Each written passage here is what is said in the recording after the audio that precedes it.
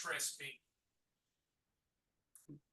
We have a very interesting webinar to share with you with a unique perspective that you probably don't get to hear very often, if at all, and that is from someone who has had the joyous experience of working for Israel at the UN, a position that I always thought was one of the most masochistic that one could aspire to.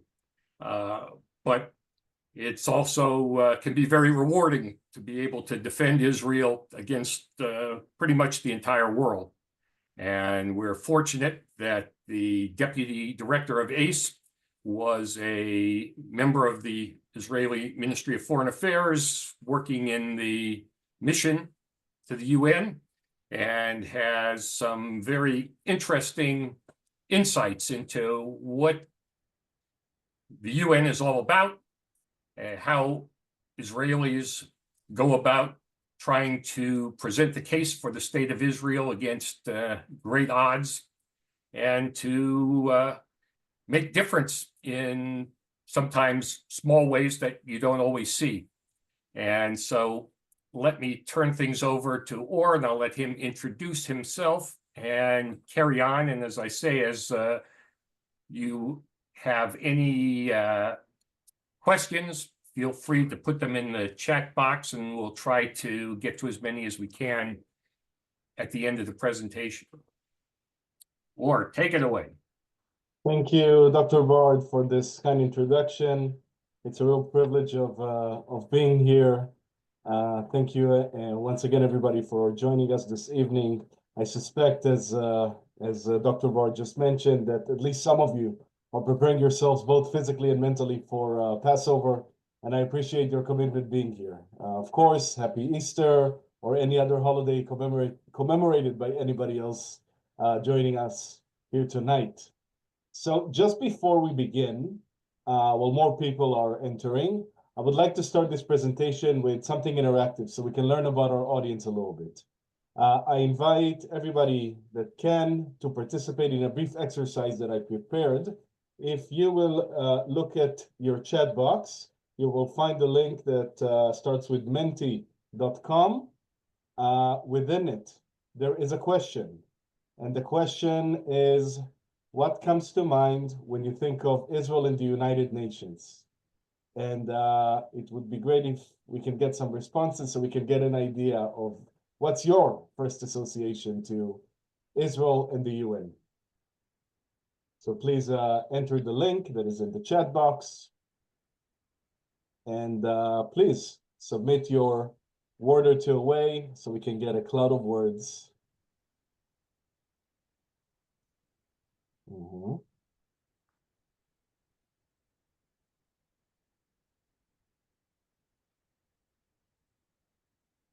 Condemnation, not a friend. Unfair, anti-Semitism, misunderstood.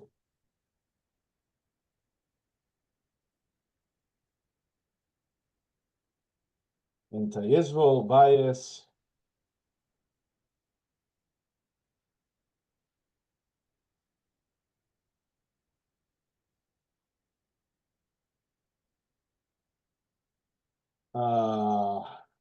Acrimony, hope that I'm pronouncing it correctly. Misunderstood. UN is den of anti-Semitism. Ineffective.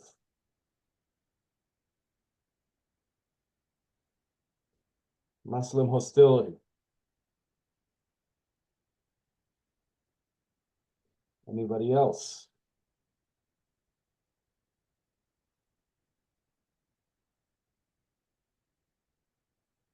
Misrepresented.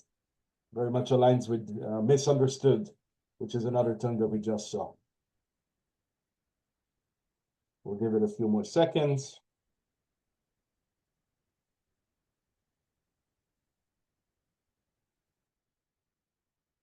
UN is wicked. Wow, it gets worse.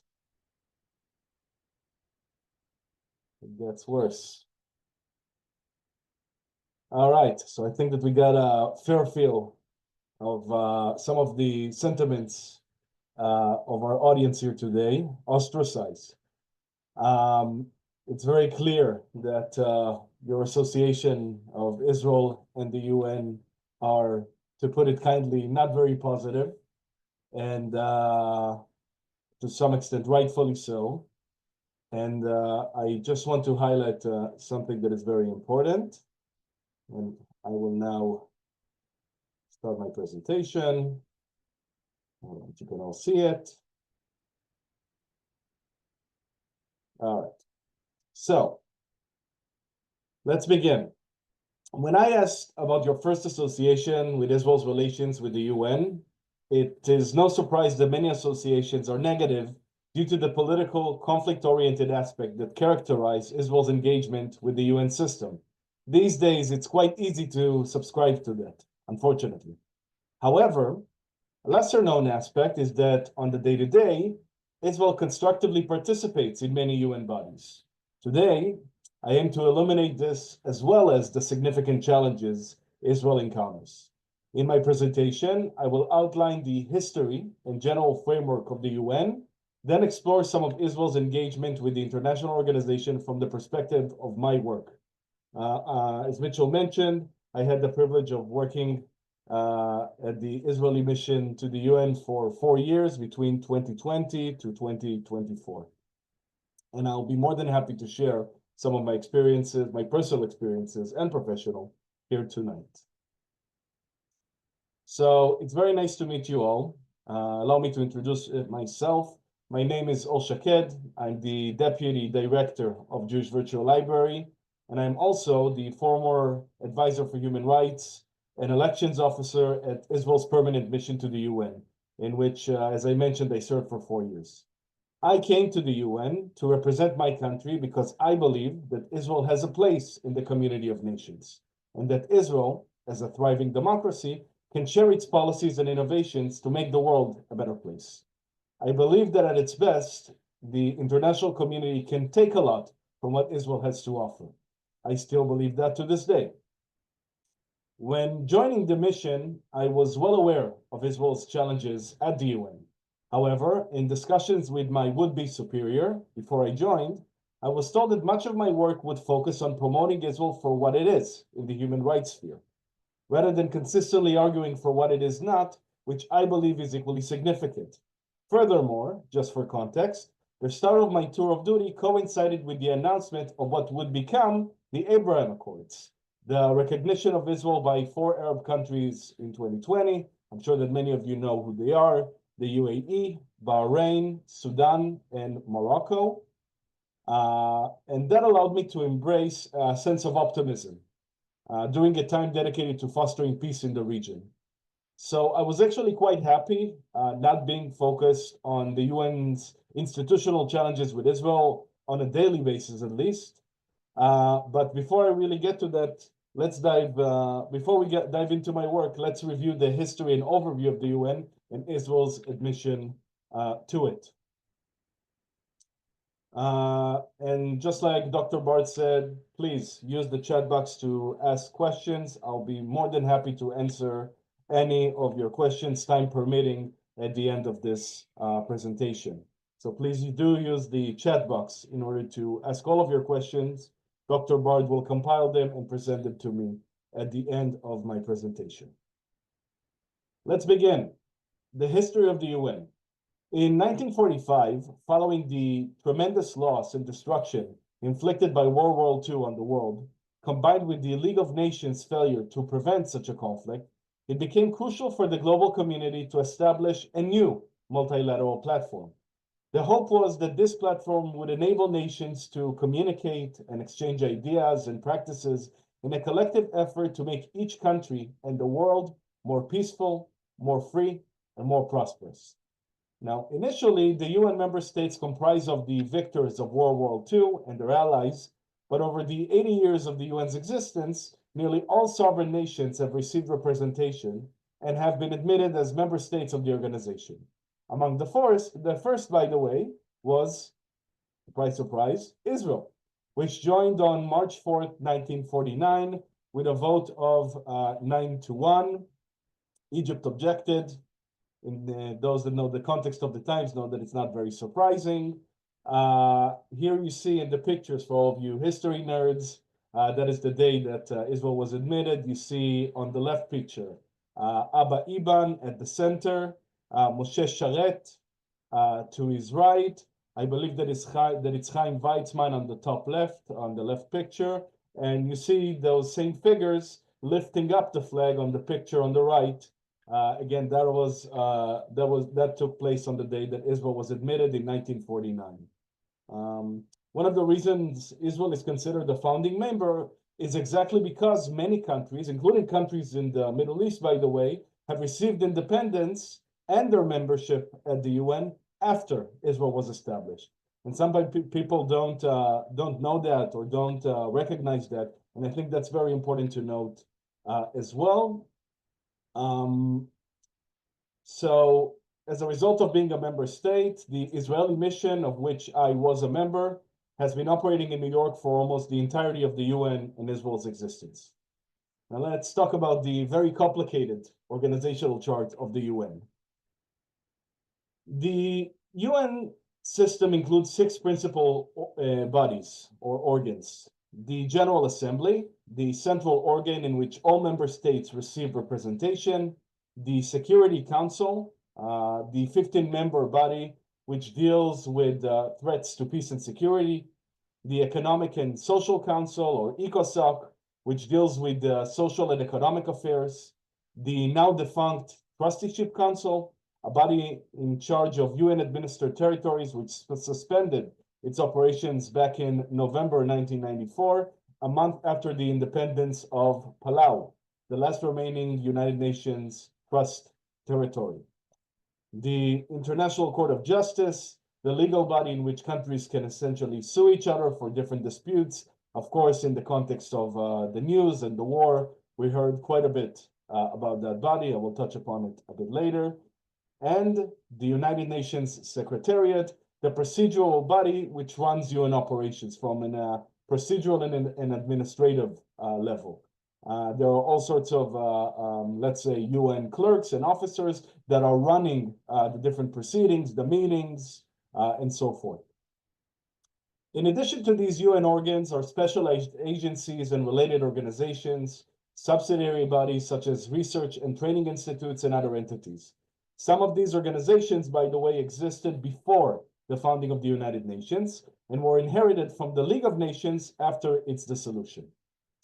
Now, one of the main bodies that we also hear about quite a bit recently that does not appear in this chart is the International Criminal Court, which contrary to the ICJ, which basically settles disputes between countries, it is responsible for punishments and sanctions against individual violators of international crimes. However, it is not considered the main organ of the UN because it was established not by the UN Charter in 1945, but actually much, much later by the Rome Statute in 2002. Consequently, its proceedings are only meant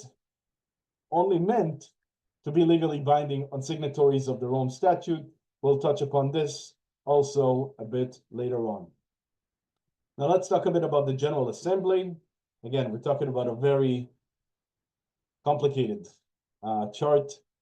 Within the UN General Assembly, one of the UN central bodies, the General Assembly functions as a type of world parliament of sorts. What does the GA do? Member states adopt globally agreed upon resolutions on a wide range of global issues, from poverty to hunger, to human rights, to legal affairs, to political affairs, to conflict, peace and security, and others. There is a specific division of labor in which efforts to address various international goals are divided among the work of 6 different committees. Experts in each of these committees focus on somewhat distinct areas, although, of course, in life itself, there is some overlap between these things. And individuals from different missions assigned to the same committee typically have similar portfolios. To provide a clearer understanding, I would like to explore the committee I used to work in, the 3rd committee, which is called the Social, Humanitarian, and Cultural Committee, known for its focus on human rights. We're zooming in even further. The 3C and beyond. My specific role at the mission focused on a wide range of issues, including but not limited to more Jewish-specific issues such as handling anti-Semitism and Holocaust remembrance as thematic issues. By the way, I even had the privilege of being involved in the unprecedented and widely adopted combating Holocaust denial resolution back in 2022. That is an important milestone. However, other more broad, notable issues included things like gender equality. That is ensuring that individuals are treated equally in all areas of life, regardless of gender. Advocating for the rights of persons with disabilities. That is allowing persons with disabilities to be contributors and agents of change rather than just beneficiaries of society. Promoting the rights of children and the elderly by providing the opportunity to live in a safe, equal, and inclusive environment at both the beginning and the end of life. Working to promote active and effective civil society, for example, by assisting nonprofits, especially Israeli NGOs, to take an active part in the UN system, all of that and much more. But all of the things that I just mentioned are still not very tangible. So let me give you a tangible example of something that I actually did in that respect. It is UNGA, the 75th session of the United Nations General Assembly. Months after joining the human rights team, I was tasked with negotiating on behalf of Israel during a multilateral resolution that is between many countries, multiple countries, introduced by Mexico. The resolution focused on global children's rights. Now, in the context of the times, this was in the middle of COVID. We're talking about summer or late fall of 2020. I was surprised to find out that despite being in the midst of the pandemic in late 2020, the resolution included no references whatsoever to children's rights and safety online at a time when most children's education and leisure activities were conducted remotely. Imagine that. So you may or may not be aware, but Israel is the first country in the world to enact legislation against online sexual harassment. That was done in 2014, I believe. Based on Israel's legislation, what I did was propose several references to be added to the resolution. It's worth noting that any issues related to sexual and children's rights often make conservative and non-democratic countries uneasy, especially when presented by an Israeli delegate such as myself. However, after lobbying my case to other countries which were more receptive, I successfully persuaded more liberal countries, including Mexico, the penholder for this negotiation, to accept my suggestions, which were ultimately adopted, and Israel was able to contribute positively to this resolution. Later on, there was a parallel resolution also about children's rights, and my references were derived from this resolution to that one. And that is, of course, very important because you plant some kind of a seed and that causes a development. Now, the people that are savvy about UN affairs know that GA resolutions are traditionally non-binding. But nevertheless, countries tend to take note of these resolutions since they don't want to appear as disregarding international consensus. So you have, I don't know, a Scandinavian country, let's say Sweden or Denmark, that are very much taking note of this and even adopt some of these recommendations into their local legislation. These are countries that have a high record of human rights. And then you have other countries that are probably not taking these recommendations and embedding them into their domestic law, but they do take note. How do I know that? Because countries that are opposed to these kinds of things, like Russia, like Iran, like China, were fighting me to death over the addition of these references. So they do care because they don't want to be seen as those that do not follow the international consensus. One of the highlights of really the time that we experienced relative calm at the UN, I'm speaking, of course, in the head of an Israeli delegate with the brief May 2021 war between Israel and PIJ, the Palestinian Islamic Jihad being the exception, I was fortunate to be formally elected as an Israeli delegate to represent the Western countries regional group, the Western Europe and Others Group, as it's called officially, in an annual political forum called the Commission for Social Development. In this role, I had the opportunity to facilitate a multilateral negotiation, just like the one I mentioned that was conducted by Mexico, representing the interests of the West and bringing together disparate parties, such as the European Union and the African Group, to reach agreements on social issues in a global arena that these days rarely finds proper consensus in UN resolutions or elsewhere. Now, just to add to the fun, the chair of our regionally elected representative bureau happened to be the ambassador of none other than Qatar, a country that many view as hostile to Israel and also receives a lot of coverages in this respect recently, with which Israel currently does not have formal relations. Now, despite this political backdrop, I established a cordial relationship with the Qatari ambassador and navigated sensitivities required to represent Israel respectfully. And I can tell you that from the lens of a human rights expert, the experience was one of the highlights of my UN tenure. Another thing, another role that I very much pride myself in doing is the elections portfolio. Later in my service, I served as an elections officer at the mission. And let me explain exactly what that means, because people are sometimes confused. Within the UN systems, within the UN system, many seats and roles need to be filled in order for the UN as a whole to fulfill its mandate. What happens when several countries want these seats simultaneously? Elections occur, allowing countries represented in that specific body to compete and vote for these seats or roles. Now, why do I make that distinction between these two things? Because some elections are designated for countries. For example, a seat of a certain country, of a certain regional group at the UN Security Council or in the Economic and Social Council, ECOSOC, while others are assigned for roles of global individual experts. Just to give you an example of what that means, I was privileged as part of my role to lead a year-and-a-half campaign from start to finish. An Israeli disabilities rights expert by the name of Odelia Fitoussi ran for election to the Committee on the Rights of Persons with Disability, which is a committee of experts that are supposed to be regulating international disability laws. With Israel, that is myself, supporting her campaign and securing backing from no less than 125 countries out of 193 on her behalf for her election. Now, why did Israel make such a significant effort? And it was a significant effort, including events, including meetings, including all sorts of agreements, bilateral agreements in this respect, to support this non-governmental expert. She's not a foreign ministry person. She works at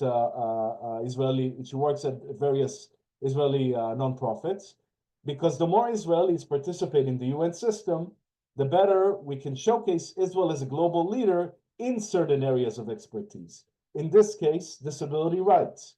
And importantly, allow people with an Israeli lens on global affairs to be part of the UN proceedings.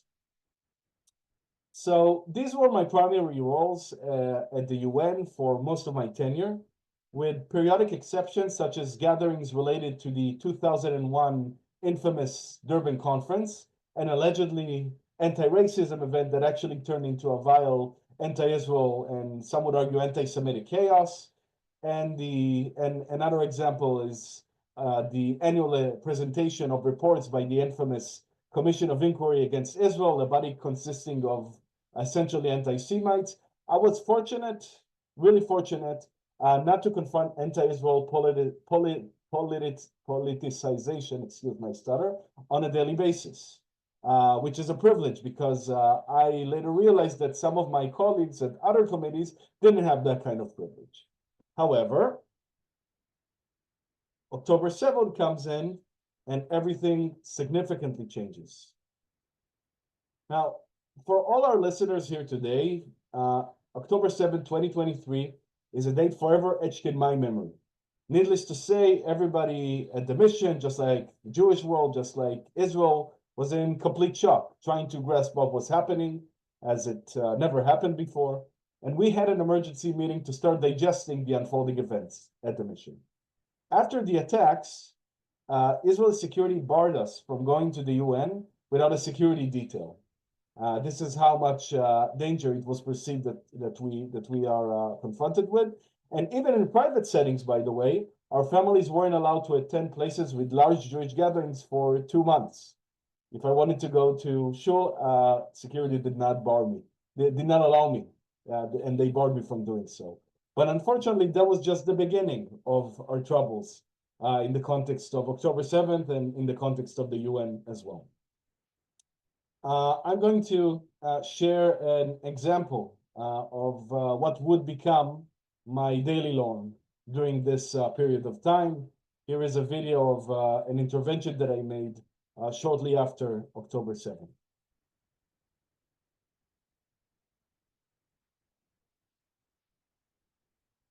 A moment. Right in front of their loved ones. Let there be no doubt. Hamas is evil. It is the embodiment of evil. The Palestinian delegate has expressed her fears about the fate of Palestinians in Gaza. To you I say, in the clearest of terms, so are we. That is why the IDF has warned civilians to leave northern Gaza. That is why we only target terrorist organizations who seek our demise. This is the fundamental difference between us. Hamas, in its vicious fanaticism, feels stronger as it bathes in the blood of its people. It strives to see Palestinians drown in their own blood. That is why they have ordered civilians to stay in their homes and be killed. Such a blatant display of barbarism towards one's own people shakes me to my core. We invite the Palestinians, those who suffer the most from the heinous action of these terrorist organizations, to condemn Hamas and any other terrorist organization in their midst. If their intention is to live freely, let them rid themselves from the terrorist organizations that seeks to control them and use them as pawns. Hate will not prevail because the people of Israel stand in its way. We will fight and we will win. Let's go back to presentation. So, as just for context, this intervention took place about 2 weeks, give or take, after October 7th. Making political interventions like the video you just saw was typically beyond my pay grade. However, the UN became so politicized immediately following the attacks that it became practically impossible to avoid.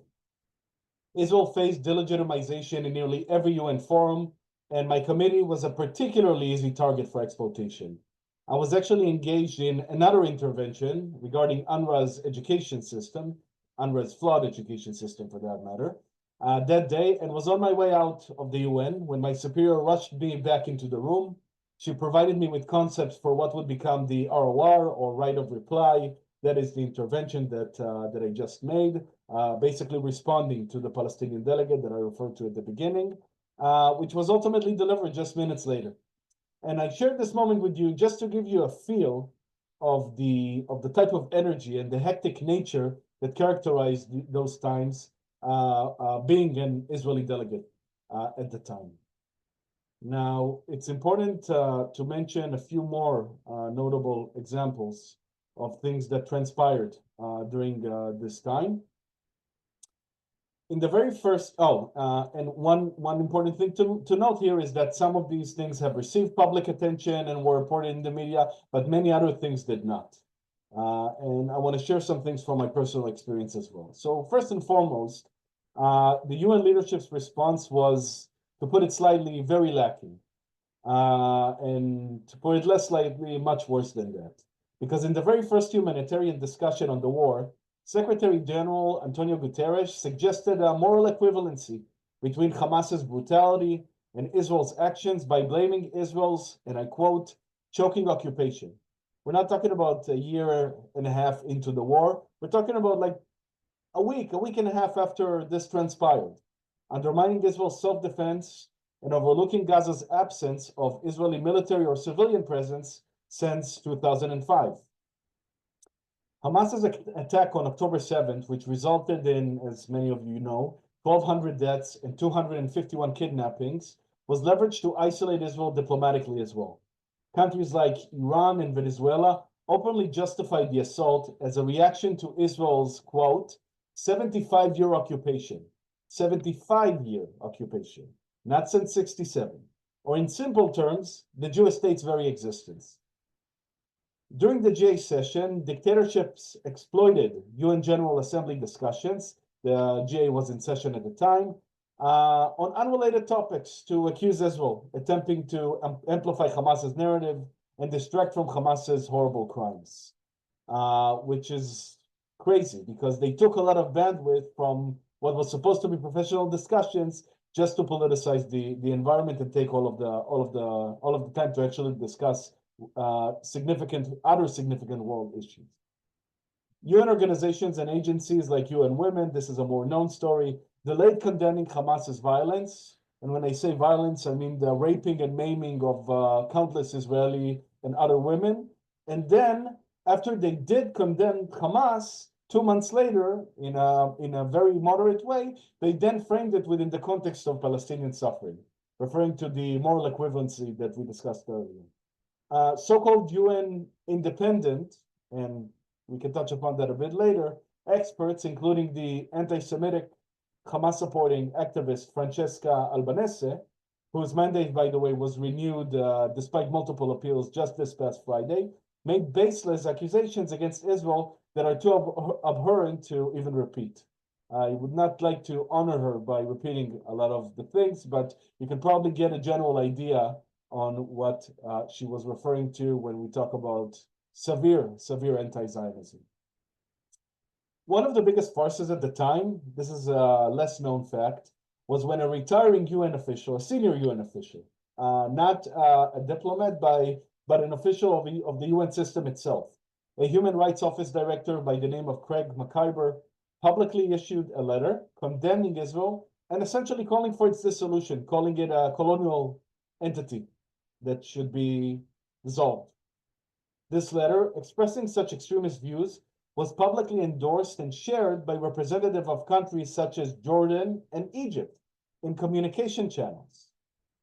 This is one of these mornings that I woke up to, where I see the Jordanian and Egyptian delegates saying that they're in shivers while reading and sharing this horrible letter. One of the things that are not talked about is retaliation and intimidation of countries and delegates that supported Israel at this very sad and delicate time. It is important to note that countries that supported Israel have faced threats and diplomatic reprisals. For example, days after the massacre, and friend and colleague of mine from Zambia, an African nation with strong relations with Israel, reached out to me privately with condolences, as many others did. I remember maybe 65 or 70 delegates that privately reached out to me. However, the difference between him and all of the other ones is that my friend actually went the extra mile and did something nobody else did. He expressed his condolences for the loss publicly on our UN communication channel. Instantly, this unfortunate gentleman began receiving threats from other delegates who warned that he was jeopardizing his career, and higher-ranking officials lodged complaints to his ambassador, urging that he be put in his place, as they say. And this is just for not supporting Israel in the sense of, hey, your war is justified against Hamas, just for expressing condolences for the many victims that were killed on that horrible day. Another important example, there was another instance where Guatemala, another ally of Israel, chose to vote against the first Jordanian-initiated resolution on the war, which notably did not mention Hamas or call for the release of the hostages. The group of Arab countries saw that and retaliated by taking an unrelated resolution initiated by Guatemala and putting it to a vote, just to make a point and to exemplify what can occur when one supports Israel. Now, needless to say, if this happens to our friends and allies, Israeli delegates, including myself, have endured verbal assaults and harassment during what should have been professional discussions. Let's talk about UNRWA a little bit. Too many way too many UNRWA employees participated and cheered the massacre and kidnappings on October 7th. Instead of initiating serious reform or even considering the dissolution of this agency, which even prior to the war had already demonstrated functional and systematic issues, UNRWA was granted and is still being granted impunity at the highest levels. The Secretary General even condemned the killing of a particular UNRWA employee, whom the IDF happened to also identify as a Hamas commander responsible for raiding Re'im, which was next to the Nova Music Festival, and leading the killing and abduction of civilians. This is like, when I saw this, I thought this was unreal. Two released hostages, if you're following, by the name of Elia Cohen and a high school classmate of mine by the name of Or Levy, survived the attack, the same attack that was led by this commander, but many others, including Or Levy's wife, unfortunately lost their lives that day. And one cannot talk about the UN systematic issues and the bias without making reference to the ICJ, the International Court of Justice, and the International Criminal Court, the ICC. What happened with the ICJ is that South Africa cynically used Israel's status as a signatory of the Genocide Convention. Of course, the Jewish people, a nation that has went through a genocide, being the Holocaust, was a signatory of that convention. And South Africa politically used that to sue Israel at the ICJ, accusing it, people who went through a genocide, of committing genocide on Palestinians, which is not only factually false, but also is an insult to all of the victims of actual genocide throughout history, including the Holocaust. Israel chose to defend itself, present its case against these baseless accusations, and instead of throwing the case outright, the ICJ decided to still investigate, later issuing provisional measures that say that Israel should not create conditions in conflict that can amount to genocide. But that wasn't necessary to begin with, as Israel did not and does not. Meanwhile, at the International Criminal Court, Chief Prosecutor Karim Khan chose to rush into issuing arrest warrants for Israeli leaders, Prime Minister Benjamin Netanyahu and former Defense Minister Yoav Gallant, before compiling and validating evidence from all sides, completely disregarding the fact, which I referenced earlier, that Israel is not a side to the Rome Statute, it's not a signatory, and that the Palestinians cannot be an actual signatory, as they do not represent a recognized member state. Because this decision was viewed as highly politicized, not just by Israel, but also by many other nations, some countries like the US and Argentina condemned the decision, while others such as Germany and France expressed significant reluctance in abiding by the warrants. And then there's a third group that even went as far as Hungary, a Rome Statute signatory, disassociating itself from the ICC and the Rome Statute altogether, becoming the first country to do so. This was just days ago with Prime Minister's visit to Hungary, with potentially more to follow. But I think this precedent is important because it just goes to show what kind of move was made and how it was perceived by at least a segment of the international community, and that is very important to understand. Ultimately, the UN has failed and continues to fail to demand the unconditional disarmament of Hamas and the release of the hostages.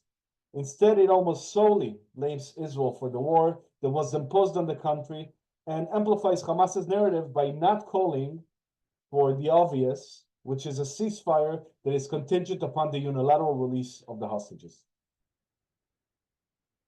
Some personal reflections, if you please.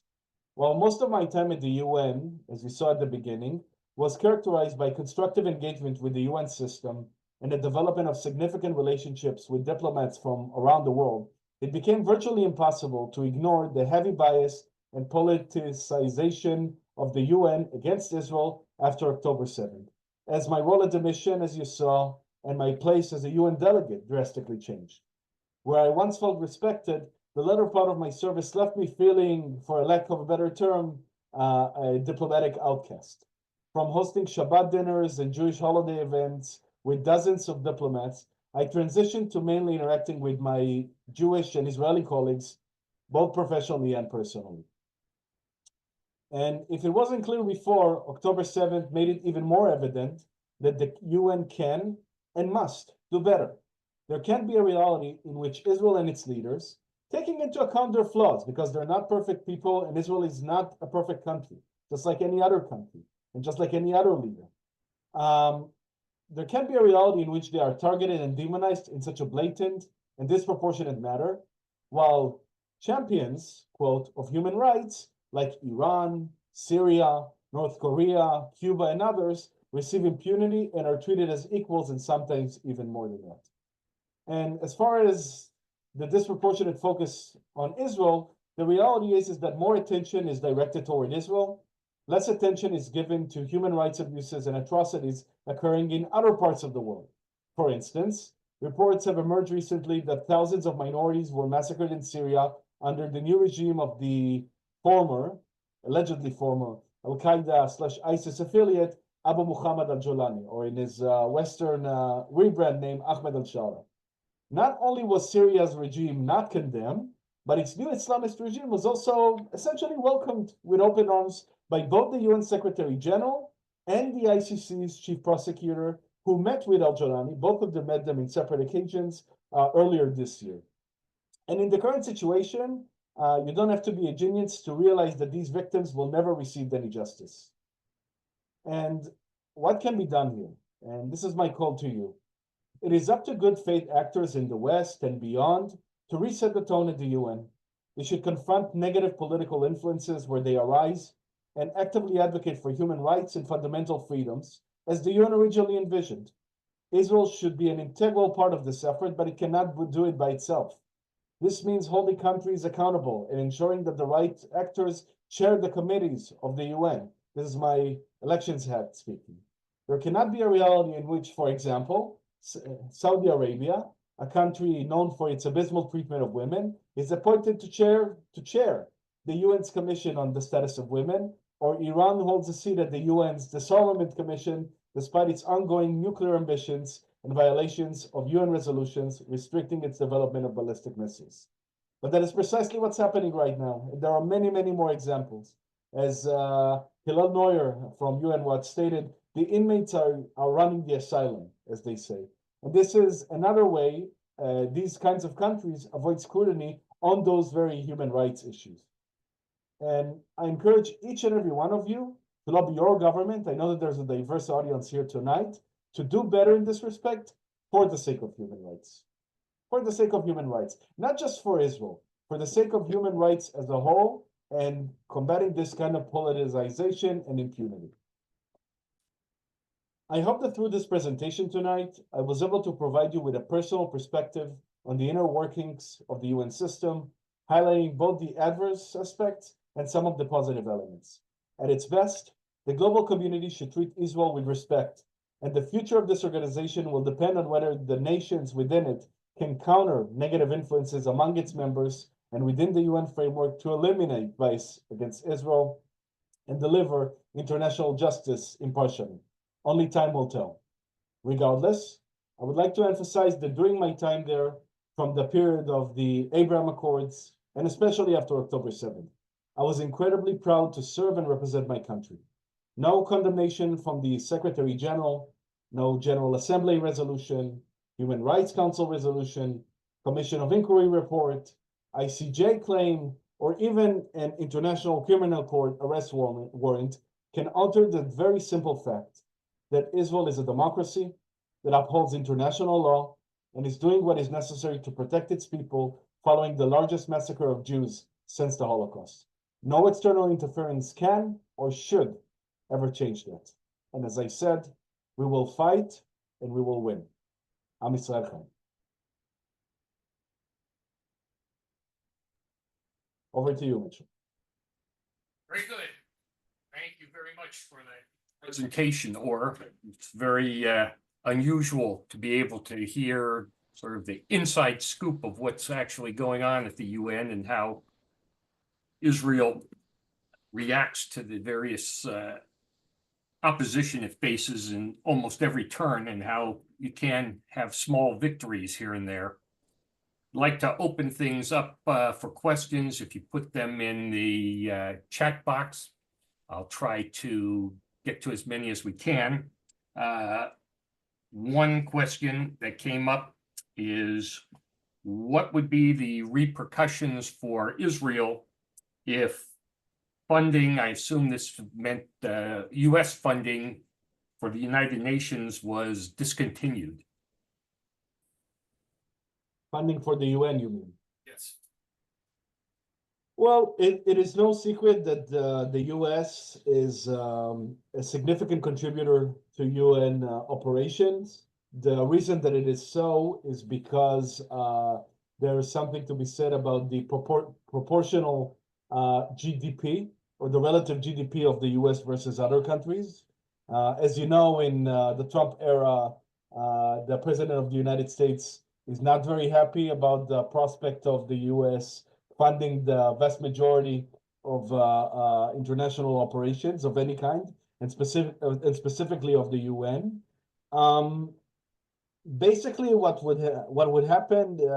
It would less affect Israel than it would affect really the operations of the UN. I remember there were times where there was a budget deficit at the UN, and they started cutting off translation services and meetings and things like that.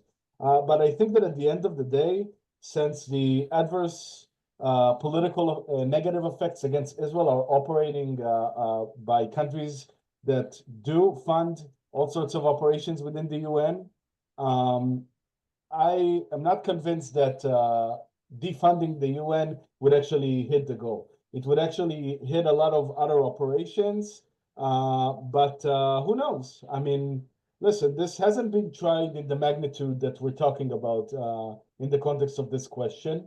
And I know that there are all sorts of attempts right now on US college campuses to apply economic leverage for college campuses to set the record straight with regards to anti-Semitism.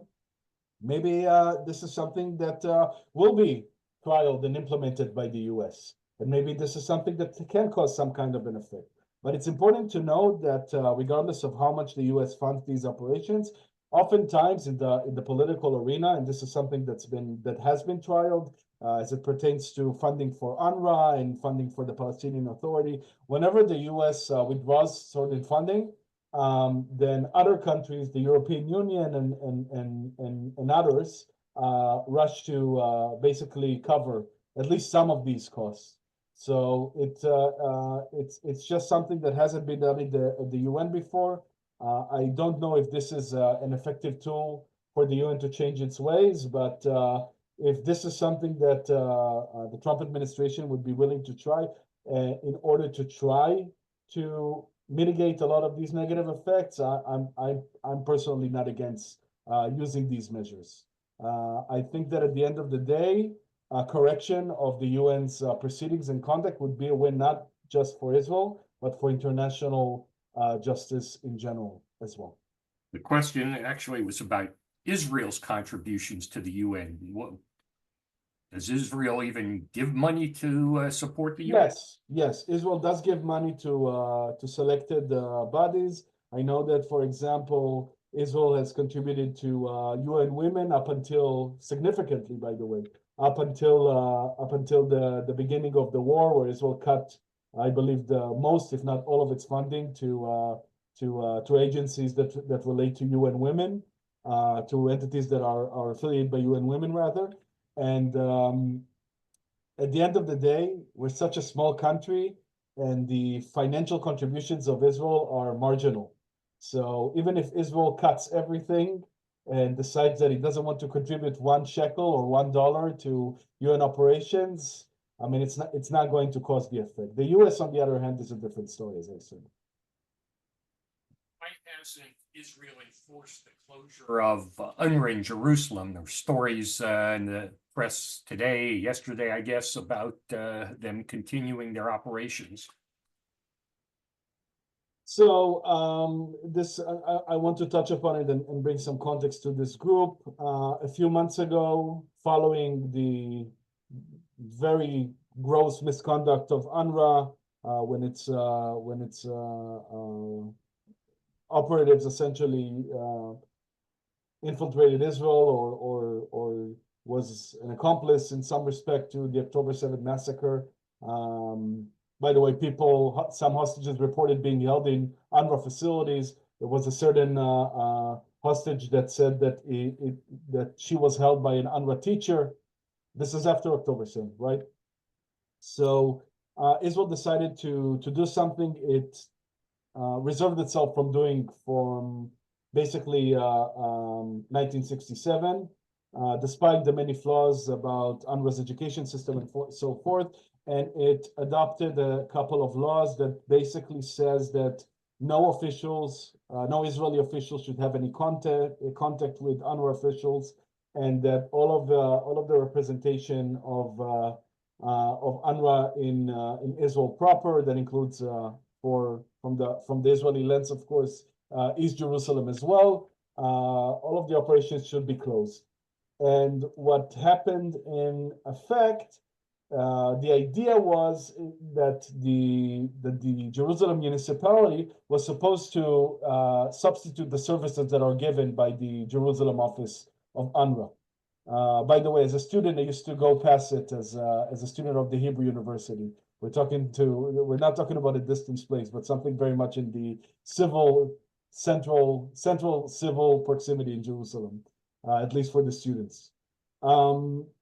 Yeah, so I believe that one of the reasons there are some procedural and bureaucratical delays in closing the offices altogether is because the plans to create alternative for the services that UNRWA provides is something that can take a little bit of time, especially if you're preoccupied and occupied with let's say, a war on 7 fronts. So these things are things that take time. We put a deadline to ourselves. I don't know what the deadline was based on, but clearly Israel was not able in time to provide alternative services of education and health and so forth. And I believe this is the main reason that Israel didn't completely shutter UNRWA offices. Though I will mention that there are conflicting reportings because I remember just a few weeks ago they said that police came and confiscated all sorts of computers and stuff and basically shut the offices. So it changes every day. I believe that Israel comes from a good place of not wanting to eliminate the services that are given, actually good services, not education to hate but actual humanitarian services like health and education. And I believe it comes from a good place. And I believe that once these services would be substituted, the Israeli authorities would actually be able to enact fully by the now Israeli law. Question is, what authority does the UN really have to enforce really much of anything or act against actors who are supporting terrorism or radical Islam? Does the UN have any power whatsoever? Well, the biggest problem is that much of its power, its actual power to impose, let's say, even the binding Security Council resolutions, is a derivative of how much political will you have. Because when you talk about the UN, I mean, what is the UN? It's basically a group of countries. It's a certain group of countries in this committee, and it's a bigger group of countries in that committee, and it's a 15-member body at the Security Council, and it's I believe a 54-member body in ECOSOC, and it's 193 members at the General Assembly. So it really depends what UN you're talking about. And this is why, based on my own experience, there is some kind of an ambivalence with regards to how much Israel can work in some bodies. Because if you go to the HRC, the Human Rights Council, for example, you would see that most of the chairing of the council is run by dictatorships, and this is exactly what is happening, and this is exactly why international justice is not really served. So how much effectiveness does the UN actually has over Israel, over any other country, very much depends on the political will. For example, it took the UN almost a year to conduct a session after the COVID-19 pandemic hit. And back in May of 2021, it took like 2 days for the Security Council to gather to talk about the war of Israel against Palestinian Islamic Jihad. Why? Because there was much more political will there than there. By the way, another litmus test, completely unrelated to Israel, which I think speaks volumes about the effectiveness of the UN, not just in the context of Israel, but in creating some kind of justice with regards to all of the conflicts. You had a sovereign country by the name of Russia that decided, for whatever reason, that it wants to invade Ukraine, and it just did. And for the first time since World War II, you have a situation where there's war in Europe, which back in 22, when this started in January, I believe, the end of January or February, this was, just unheard of, but it just goes to show that the UN is lacking even the most integral, elementary tools that are needed in order to fight for peace and security. And Russia was completely unfazed by any counter moves that were made. And there was actually quite a bit of political will, but not so much to the extent where they were able to do anything about Russia's conduct. The war is going on to this day. I mean, you can argue for whatever reason why it goes on, but the reason that it began is because Russia was completely undeterred by the international system, the UN being one of them. Another question, you had mentioned some of the people who had come to you expressing sympathy after October 7th. Do you find, or did you have other diplomats expressing sympathy at other times or support for Israel, sometimes against the will of their own governments? One of the things actually I had run across at one point in dealing with UN officials was that there were people who at the UN weren't always that connected to their governments. It actually worked in the opposite way, that the government was more pro-Israel than their representatives at the UN. Did you come across that kind of thing? Yes. I can remember a couple of cases where there is a colleague from Venezuela, believe it or not, which, despite the political animosity from Venezuela to Israel, there were some cases where he came and he said, "I'm sorry about everything." I remember a point in time where he actually did some kind of intervention. It's like, that represents my country, it doesn't represent me. And there's actually another colleague from a certain Arab country, which I prefer not to name specifically, that was barred from participating in any Israeli commemoration events. And he or she decided to go and participate in these events anyhow, in spite of the will of the mission. And it's a whole complicated story there, but the point being, there were some cases where people really went out of their way to show that despite the policies of their own governments or their own missions even, that they care and that they are sensitive to this issue. And I found that very comforting in a time where, for the most part, a lot of people publicly really turned a cold shoulder to myself. Back in 2022, we had a Hanukkah celebration, and I remember it was so lovely. We had like 40 different delegates participating. The delegate from Bahrain came, and I had a Shabbat dinner with the representative from the UAE. And unfortunately, because of the directives of the missions, despite the personal relationship that was built there, and I believe that I was able to build relationships with many people. Again, not just myself, but many people in the mission. All of a sudden, October 7th rolls around, and they're nowhere to be found. And the next Hanukkah celebration that we did, barely after October 7th, like a month and a half after, 70% of that audience was Jewish, and it directly correlates with the events that transpired and the political taboo almost of associating or hanging out with Israeli officials publicly. Mentioned sort of the absurdity of the Saudis being on the Women's Rights Committee.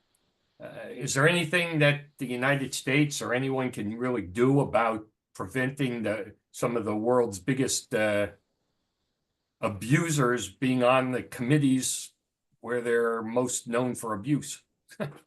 Yeah, so this is a great question, and I'm actually very happy that you asked that question because some people know that these human rights abusers, all sorts of human rights abusers, get elected to all sorts of seats at the UN, but not a lot of people really know why.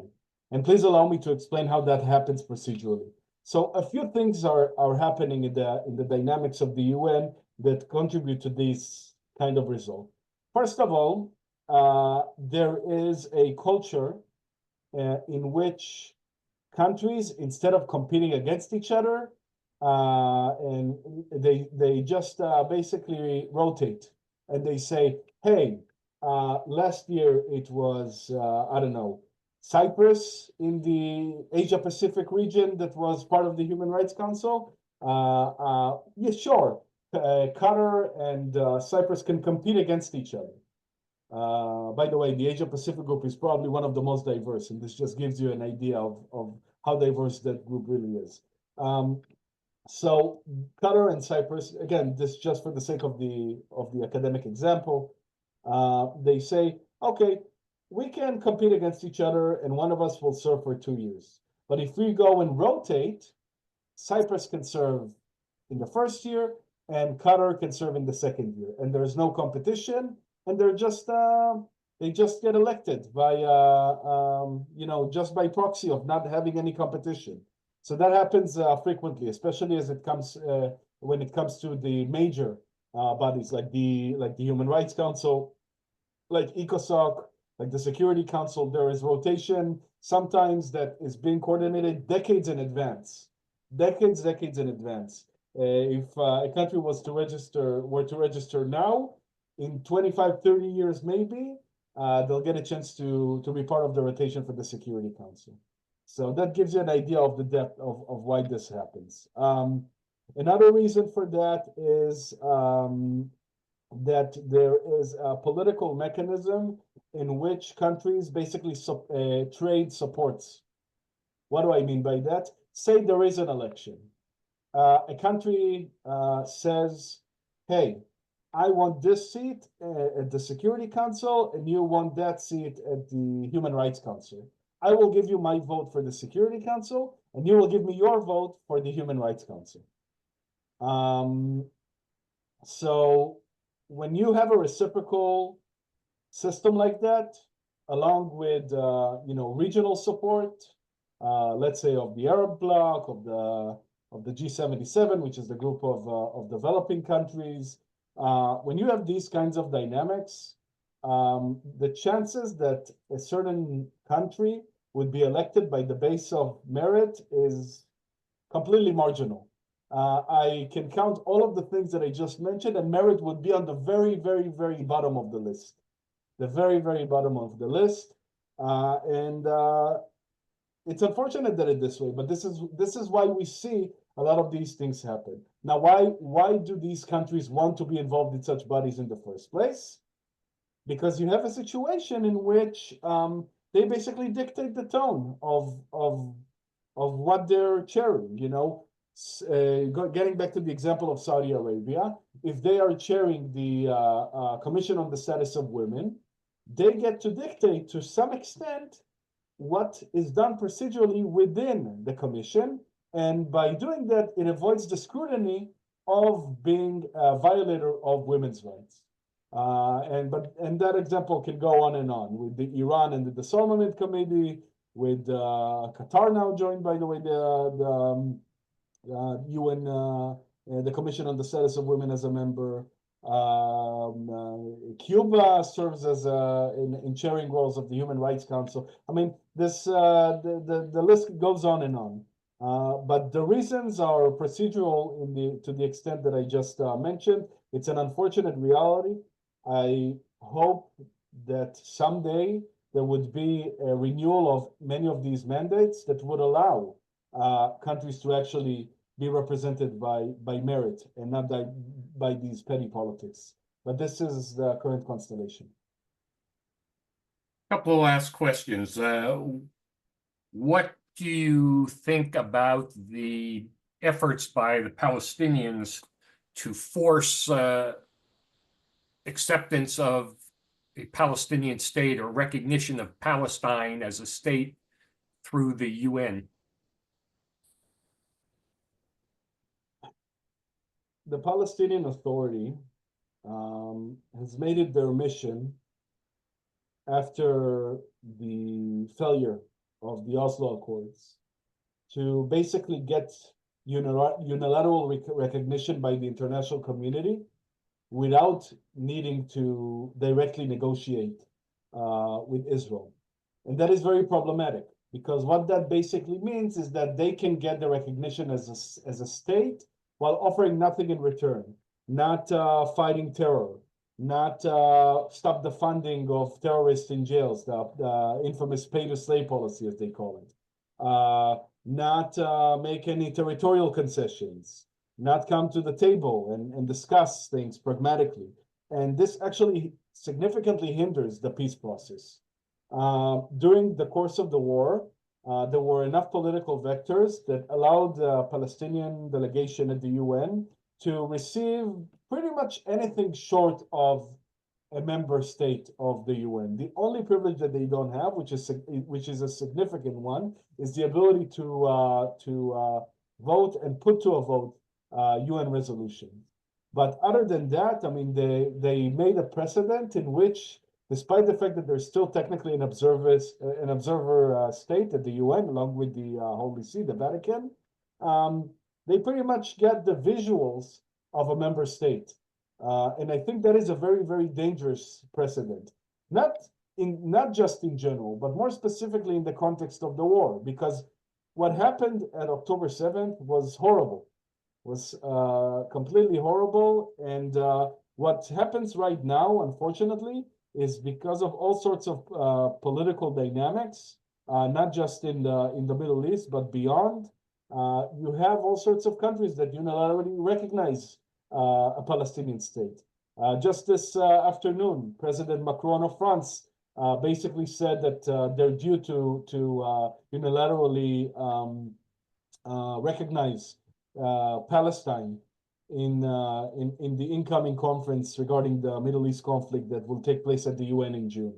I believe that is a very dangerous precedent, and it creates a lot of problems. And at the end of the day, if you look at the peace treaties that happened between Israel and any Arab nation, they happened externally to the UN. The UN recognized the settlements of these disputes after the fact, formally, but it did not directly contribute to that. Even the Oslo Accords, by the way, this is a process that started between the countries, not with the UN's involvement.